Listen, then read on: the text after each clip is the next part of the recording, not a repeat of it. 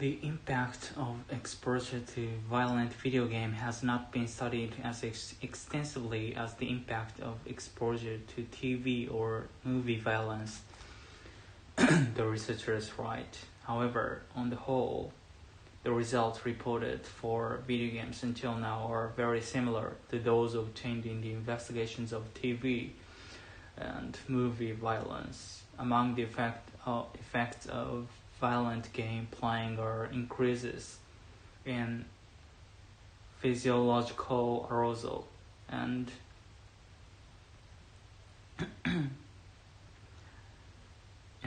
physically aggressive behavior, such as hitting, kicking, and pulling clothes of hair. Studies also have found a reduction in helpful behavior among youth exposed to violent video games.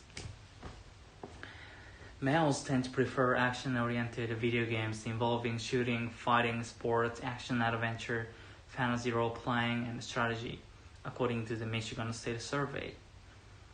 Females prefer classic board games, trivia quizzes, and puzzles. Electronic game playing gets young people involved with technologies and opens up opportunities in high-paying tech careers, notes communications professor Bradley Greenberg of Michigan State.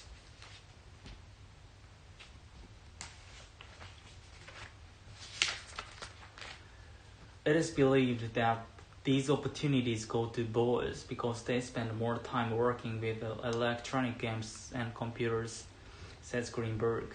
If girls become more involved with technology at an early age, it is likely that the interest in technology will continue into the work world. If females do become more involved in technology fields, including game development, they may create less violent games that promote cooperation rather than aggression. Video games are in 80% of U.S. homes with children. They generated 6 billion in 2000 and 11 billion by 2003. All the indications are that the industry will continue to grow.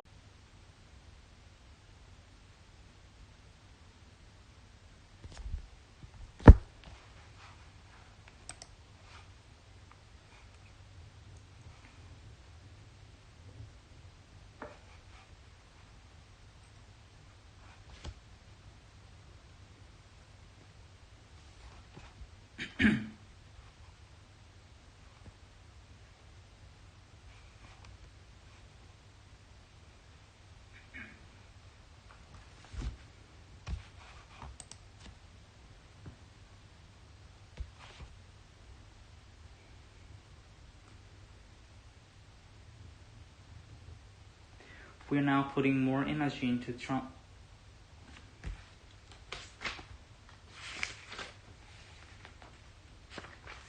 On April 4th, 2003, Glenn Keane, one of Walt Disney's most respected animators, called for a meeting to discuss the war breaking out at the studio.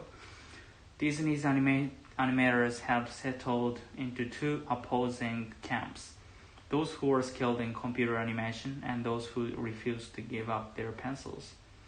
Keane, a 31-year veteran who created The Beast for Beauty and the Beast and Ariel for The Little Mermaid, was a Disney traditionalist. But after a series of experiments to see whether he could create a computer-animated ballerina, his opposition softened. So he invited the 50 animators to discuss the pros and cons of both art forms, calling his seminar the best of both worlds. For an hour, Keane listed the pluses and minuses of each technique while the other animators listened quietly. After a few questions, the crowd burst into chatter as animators shouted over one another, some arguing that computers should not replace people and others expressing fears that they would be forced to draw by hand. In a recent interview, Keane recalled that Kevin Geiger, a computer animator supervisor, then stood up and demanded of him, "If you can do all this cool stuff that you're talking about, that you want to see in animation, but you have to give up the pencil to do it, are you in?" King hesitated before answering, "I'm in."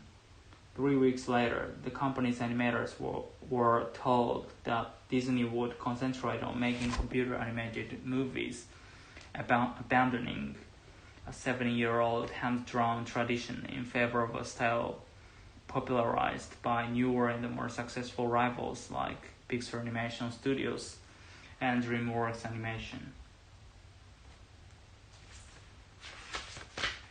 The results were nothing short of a cultural revolution at the studio, which is famous for the hand-drawn classics championed by its founder, while Disney likes Snow White and the Stephen Dwarfs and the Peter Pan.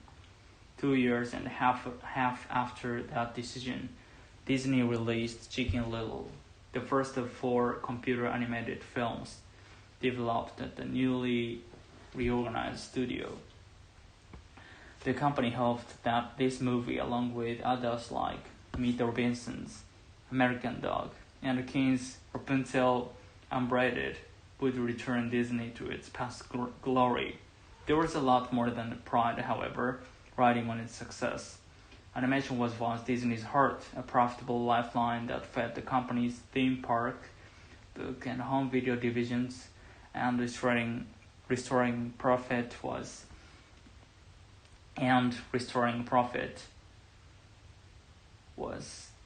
as essential to Disney in those days as regaining its reputation.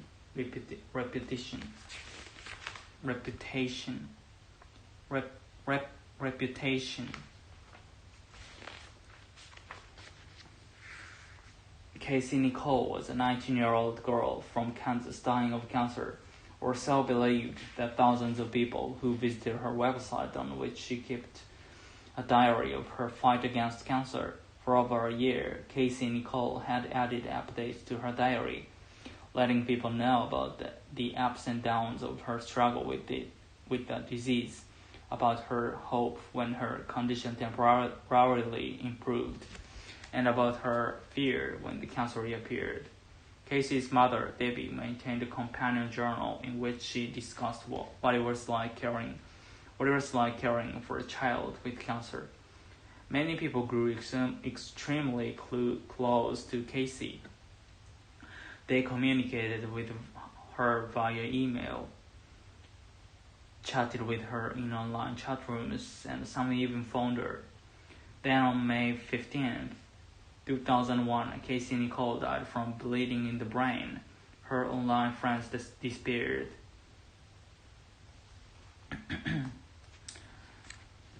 They sought for ways to express their sorrow. They wanted to send gifts to her family. Some even wanted to attend her funeral. And that's when things began to get suspicious. Casey's mother refused to provide anyone with the information about where the funeral was being held or where to send gifts. This prompted a group of individuals who participated in the online community Metafilter to find out what was going on. What they discovered was disturbing. Casey's death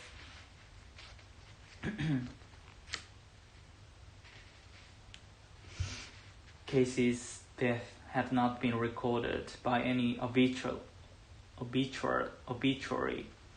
they could locate, nor could anyone remember ever having met Casey in person. They began to wonder if Casey actually existed.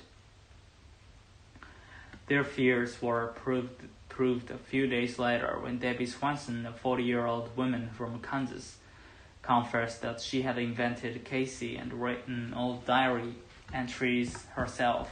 The photos of Casey that appeared on the site were simply a picture of a neighbor, used without the neighbor's knowledge. Whenever anyone had thought that they were emailing Casey, it was actually Debbie they were communicating with. Debbie Swanson remained unwilling to admit her fault in her confessions, claiming that Casey was real in a way, because the character of Casey was a blend of a character of cancer victims, whom a number of cancer victims whom Devi had known. She added that she hadn't realized so many people were reading the diary. This hardly satisfied the thousands of people who felt cheated because their kindness and sympathy had been taken advantage of. The FBI even looked into the case, but determined that because Devin Swanson hadn't gained money from the hoax, she hadn't actually committed a crime which was serious enough to take her to court.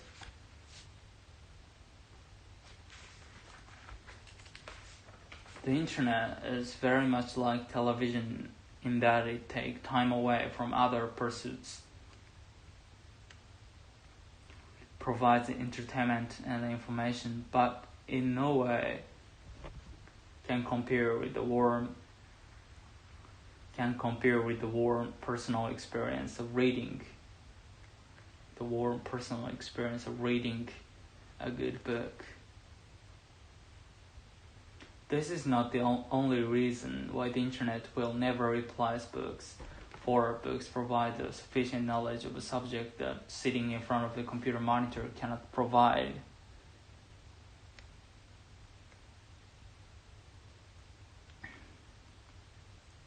We can transfer text from an internet source, but the artistic quality of sheets of transferred text leaves much to be desired.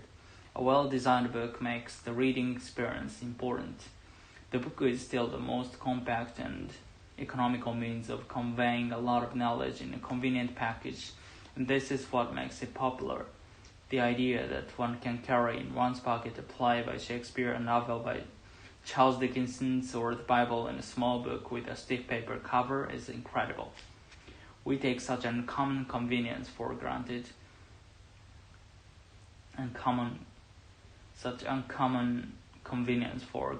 not realizing that the book itself has undergone quite an evolution since the production of the Greenberg Bible in 1455 and Shakespeare's books of plays in 1623. Not only has the art and the craft of printing and making books been greatly improved over the centuries, but the great variety of subject matter now available in books is surprising, to say the least. In fact, the internet requires the constant entry of authors and their books to obtain the information that makes it a useful tool for research and learning. Another important reason why the internet will never replace books is because those who wish to become writers want to see their works permanently published as books, something you can hold, see, feel, look through, and read at your leisure without the need for an electric current apart from a lamp. The writer may use a computer instead of a pen and a pad, but the finished product must eventually end up as a book if it is to have value to the reading public. The writer may use the internet in the course of researching a subject, just as he may use a library for that purpose,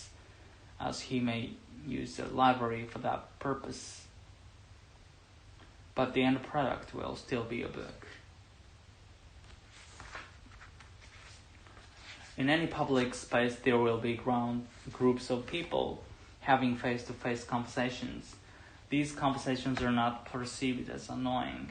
No one is suggesting that there should be railway carriages where people are not allowed to speak to one another. Logically, the sound energy created by two people conversing face-to-face should be twice that created by one person conversing with an unheard partner on their mobile phone, yet the latter appears to be more annoying. There are a number of possible explanations for this puzzle. One is that the content or the volume of the conversation tends to be more annoying in some mobile phone conversations because of the way that people choose to use their mobile phones. Some people may speak very loudly, or they may have chosen loud and intrusive ringing tones. Excessive loudness is a major cause of annoyance for all sorts of sounds.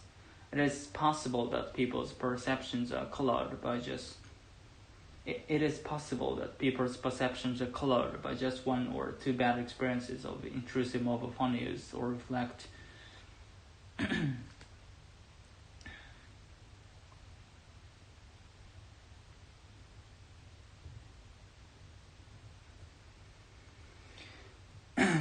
reflect media concerns over new technology. Another possible factor is the novelty of the mobile phone technology. People are used to others having face-to-face conversations in public spaces and have learned to ignore them. The mobile phone is relatively new and hence more noticeable. In the United Kingdom, almost 70% of households now own at least one mobile phone. However, such widespread usage is still relatively new.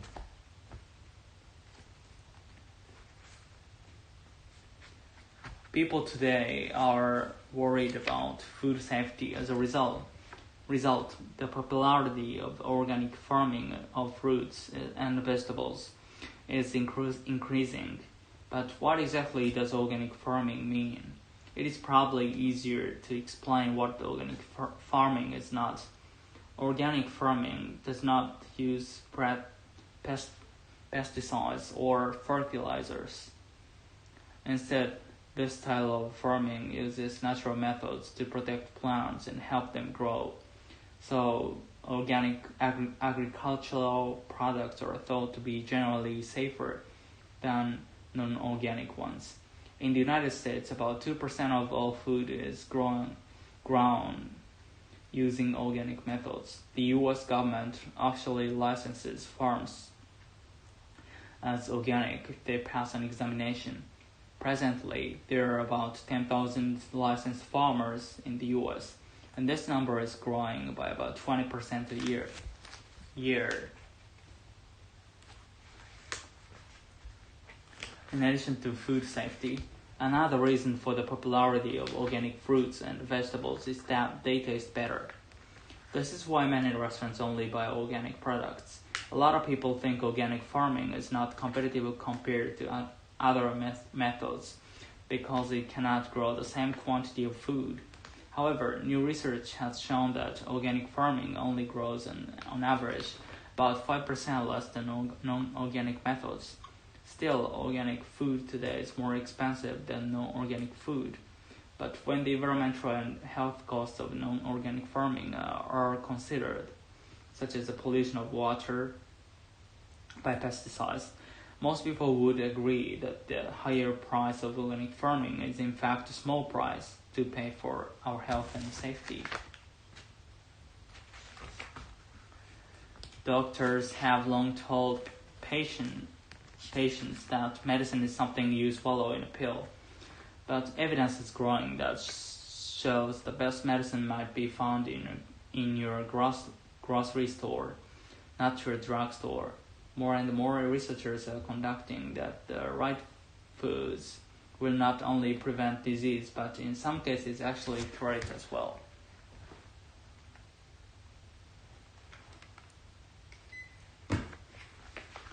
Most major diseases can be reversed through approaches using good nutrition, said Dr. Joel Fuhrman, a doctor who specializes in nutritional medicine as an alternative to surgery and drugs. Fuhrman is the author of a book about eating for health. Food is more effective than medicine, he stated. All we've got to do is eat right, and disease melts away. Some other doctors find Fuhrman's views on food and disease a bit extreme, but he is not alone in his belief that diet plays an important role in human health. Researchers at the University of Illinois are conducting a major program to identify food components that can fight disease and promote good health. One of the major foods being investigated is the soybean.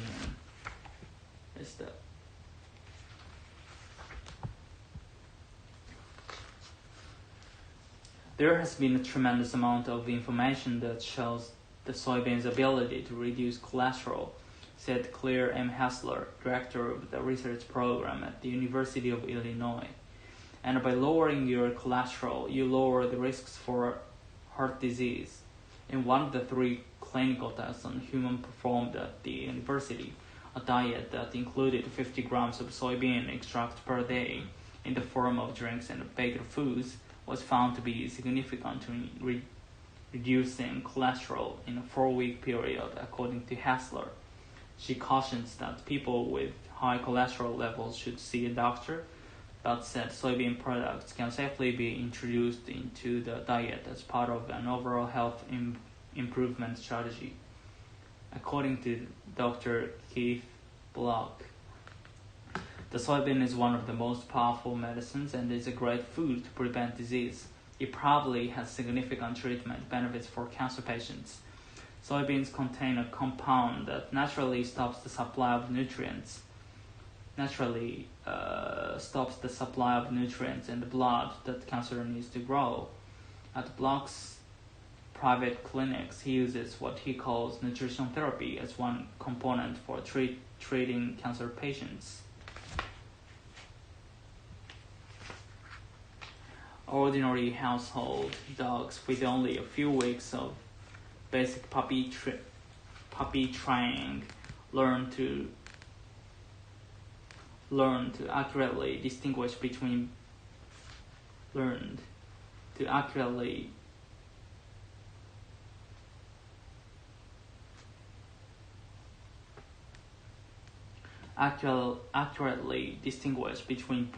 breath samples of lung and breast cancer patients and healthy subjects. Our study provides strong evidence that cancers hidden beneath the skin can be detected simply by dogs examining the smell of a person's breath, said Michael McCulloch, who led the research. Early detection of cancers greatly improves a patient's survival chances, and researchers hope that man's best friend, the dog, can become an important tool in finding cancers early. The new study, scheduled to appear in the March issue of the journal Integrative Cancer Therapies, was conducted by the Pine Street Foundation, a cancer research organization in San Anselmo, California. Dogs can identify chemical traces in the range of parts per trillion.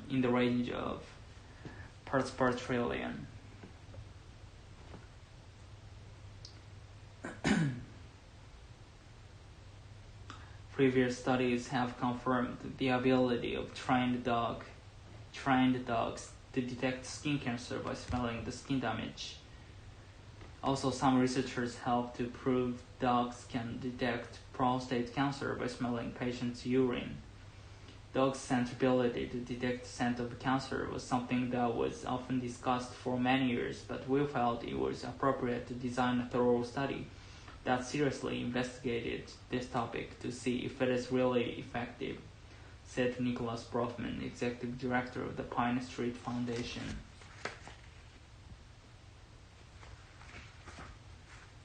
Lung and breast cancer patients are known to breathe out patterns of biochemical markers in their breath.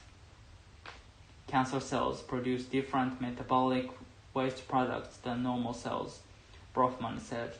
The differences between these metabolic products are so great that they can be detected by a dog's keen sense of smell, even in the early stages of disease.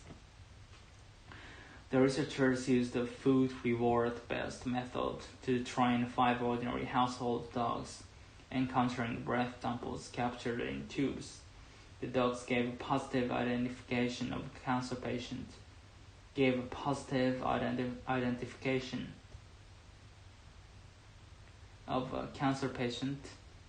by sitting in front of the correct sign. By scent alone, the dog distinguished 55 lung and 31 breast cancer patients from 83 healthy humans. The results of the study showed that the dogs could detect breast cancer and lung cancer between 88 and 97% of the time. The high degree of accuracy persisted whether the patients were smokers or not. Moreover, it did not seem to matter which dog it was, or which stage the cancer had reached.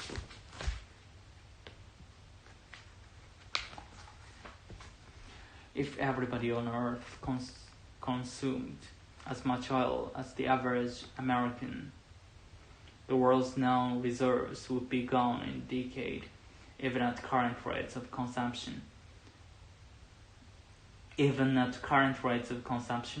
Known reserves would not last through the current century. Experts, however, are not worried. New technologies, they say, will avert a global energy crisis. Already, all companies have developed cheaper ways to find oil and extract it from the ground, effectively extending the supply into the 22nd century. Still, there is a finite amount of oil on the planet, and someday it will be gone. Even before that happens, concerns about global warming may compel the world to stop burning so much fossil fuel. The energy industry is preparing for that day by investing in technologies that will replace fossil fuels. Solar, nuclear, and wind power are all possibilities, but many experts say the most likely candidate is a fuel cell. A fuel cell is essentially a hydrogen-powered battery that produces no pollution. Its only byproduct is water. And since hydrogen is the most abundant element in the universe, supply should not be a problem. This all depends, however, on the technology being developed.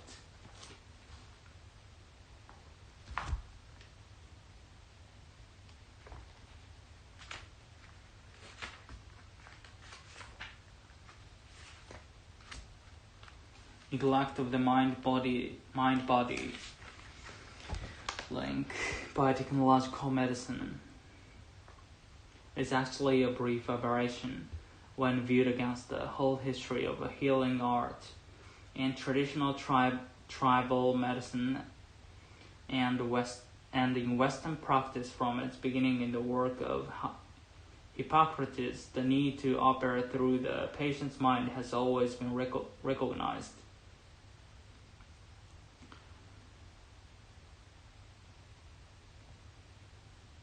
Until the 19th century, medical writers rarely failed to note the influence of grief, despair, or discouragement on the onset and outcome of illness. Nor did they ignore the healing effects of faith, confidence, and peace of mind. Contentment used to be considered a prerequisite for health. The modern medicine man has gained so much power over certain diseases through drugs, however, that he has forgotten about the potential strength within the patient. One elderly physician friend recently told me of reading the diary of his uncle. Elderly. Also a doctor, in the early years, the diarist always recorded what happened to the individual or the community prior to an illness or epidemic. But as medicine became more technological, this part of that history grew less and less important to him, and finally was omitted altogether. Awareness of the mind's powers was lost as medicine cast out all soft data, the information that's not easily quantified or scientific. A fly can do one thing extremely well: fly. Recently, a team of British scientists declared that the common housefly is the most talented aerodynamicist on the planet, superior to any bird, bat, or bee.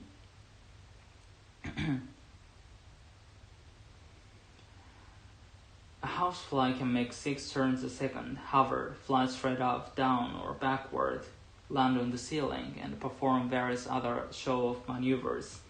And he has been a brain smaller than a sesame seed. Michael Dickinson, who studies flight in his lab at the California Institute of Technology, says the houseflies are actually the best flyer. Hoverflies are the be-all and end-all.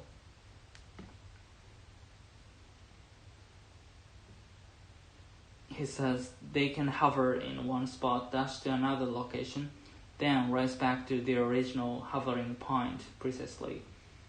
Scientists, engineers, and military researchers want to know how creatures with such small brains can do that. Maybe they could reverse engineer a fly to make a robotic device that could reconnoiter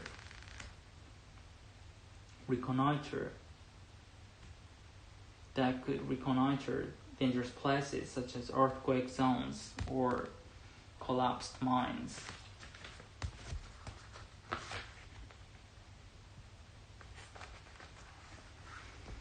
Dickinson's laboratory works with fruit flies. Researchers put them in chambers and manipulate the visual field, filming the flies in super slow motion, 6,000 frames a second. Dickinson is interested in knowing how flies avoid collisions. He has found that certain patterns, such as 90-degree turns, and triggered by visual cues and two equilibrium organs.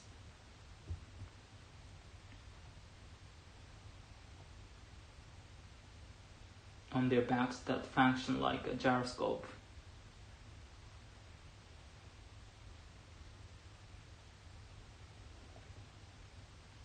Flies have only a dozen muscles for maneuvering, but they are loaded with sensors, in addition to their compound eyes, which permit panoramic imagery and are excellent at detecting motion. They have wind-sensitive hairs and